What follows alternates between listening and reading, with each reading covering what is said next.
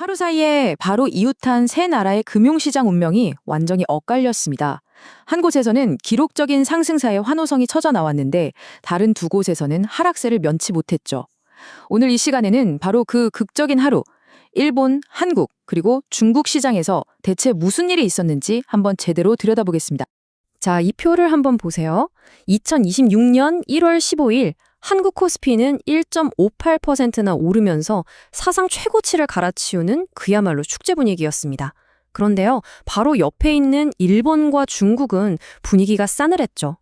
지리적으로는 정말 가까운 이웃인데도 시장의 반응은 이렇게 정반대였던 겁니다. 도대체 무엇이 이 세 시장의 운명을 이렇게 다르게 만든 걸까요? 자, 이 세 시장의 운명을 가른 첫 번째 실마리 바로 기술주에서 찾을 수 있습니다.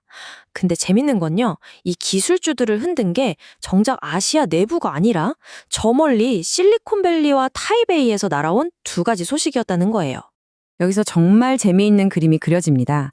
똑같은 글로벌 기술 뉴스라는 재료를 가지고 세 나라가 완전히 다른 요리를 만들어낸 셈이죠. 중국은 미국의 관세 소식에 기술주 투자 심리가 꽁꽁 얼어붙어 버렸고요. 일본은 TSMC 실적 발표를 앞두고 불안감이 커지면서 시장이 움츠러들었습니다. 그런데 한국은 완전히 다른 스토리를 썼습니다. 모두가 조마조마하며 지켜보던 TSMC가 예상을 뛰어넘는 어닝 서프라이즈를 딱 터뜨린 겁니다. 그러자 분위기가 그냥 확 바뀌면서 기술주가 시장 전체를 끌어올리는 기관차 역할을 해낸 거죠. 기술주 얘기만으로는 이 모든 걸 설명할 수가 없어요. 사실 더 큰 힘이 작용하고 있었거든요. 바로 각국 중앙은행, 그러니까 보이지 않는 손의 등장이죠. 이들이 내놓는 말 한마디, 정책 하나가 시장의 판도를 그냥 뒤집어 버렸습니다. 이게 정말 믿기 힘든 일인데 바로 그날 세 나라 중앙은행이 마치 짠 것처럼 전부 다른 길로 가버립니다. 한국은 이제 돈줄 쩔 거야 하고 매파적인 신호를 보냈고 중국은 정반대로 아니 우린 돈을 덮을 거야 라고 했죠. 일본은요, 우린 우리 갈 길 간다 면서 미국 눈치 안 보고 금리 올리겠다고 선언해버렸어요. 이걸 보는 투자자들 입장에선 머리가 복잡해질 수밖에 없었겠죠. 그런데 이 혼란 속에 정말 생각지도 못한 플레이어가 갑자기 등판합니다. 바로 미국 재무장관이었어요. 이런 발언은 정말 이례적인 거거든요. 그런데 이 말 한마디가 나오자마자 시장이 바로 반응을 해버립니다. 한국 원화랑 일군 엔화가 동시에 확 강세로 돌아선 거죠.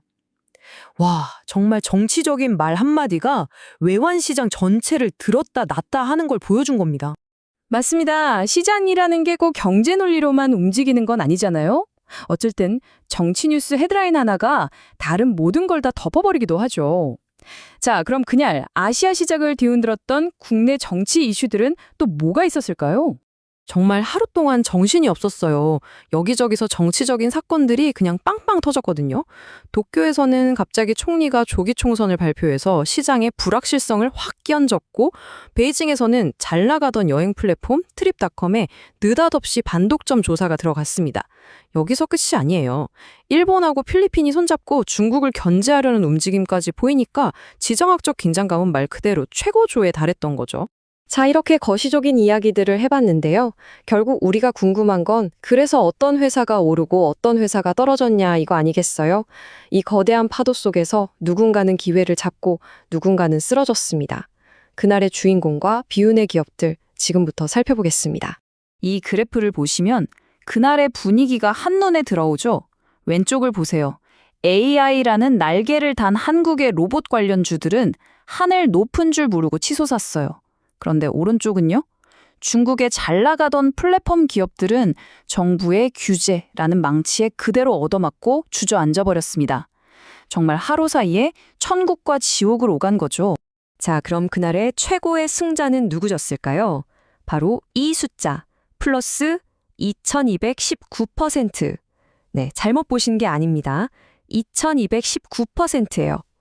한국의 현대약품이 이 말도 안 되는 이익 성장을 발표하면서 주가가 그야말로 폭발해버렸습니다. 시장의 모든 시선이 여기에 쏠렸죠. 하지만 밝은 빛이 있으면 짙은 그림자도 있는 법이죠. 화려한 승자, 바로 반대편에는 중국의 트립닷컴이 있었습니다. 정부의 반독점 조사 소식 딱 이 한 방에 주가가 무려 20%나 곤두박질 쳤습니다. 이 규제 리스크라는 게 얼마나 무서운지 정말 순식간에 기업을 무너뜨릴 수 있다는 걸 아주 뼈아프게 보여준 사례라고 할 수 있겠습니다. 한편 얼어붙은 일본 시장에서는 아주 흥미로운 일이 벌어지고 있었어요. 바로 거인, 도요타의 움직임이었죠. 도요타 자동차가 계열사를 인수하려고 인수 가격을 15%나 더 부른 겁니다. 시장 전체는 파란불인데 이 소식 하나만으로 인수 대상이 된 회사의 주가는 혼자서 빨간불을 켜고 사상 최고치를 찍어버렸어요. 역시 거대한 M&A의 힘은 시장의 흐름도 거스를 수 있다는 걸 보여주는 거죠. 자, 지금까지 정신없이 단 하루 동안 아시아에서 벌어진 일들을 짚어봤습니다. 어떠세요? 정말 복잡하죠? 그런데 한 걸음 뒤로 물러나서 이 하루를 가만히 들여다보면요. 이게 비단 아시아만의 이야기가 아니라 지금 우리가 살고 있는 이 글로벌 경제 전체의 축소판이라는 걸 알 수 있습니다. 그럼 오늘 이 정신없는 하루가 우리에게 알려주는 건 뭘까요? 핵심만 정리해보죠. 첫째, 기술은 국경이 없다는 겁니다. 실리콘밸리에서 나온 소식 하나가 아시아 전체를 흔들잖아요. 둘째, 하지만 정책에는 국경이 있다는 거죠. 각국 중앙은행들은 다 자기만의 계산기를 두드리고 있었어요. 셋째, 정치는 모든 것을 예측 불가능하게 만든다는 겁니다. 글로벌 경제 흐름이고 뭐고 국내 정치 이슈 하나 터지면 시장은 그대로 출렁이는 거죠. 결국 어떤 나라도 혼자서는 존재할 수 없다는 것, 기술, 정책, 정치라는 이 세 가닥의 실이 우리 모두를 보이지 않게 연결하고 있다는 뜻입니다. 자, 그래서 마지막으로 여러분께 이 질문을 한번 던져보고 싶습니다. 이렇게 모든 것이 얽히고 설킨 세상에서 과연 이 거대한 흐름을 컨트롤하는 주체는 누구일까요? 한번 생각해 보실 만한 질문인 것 같습니다.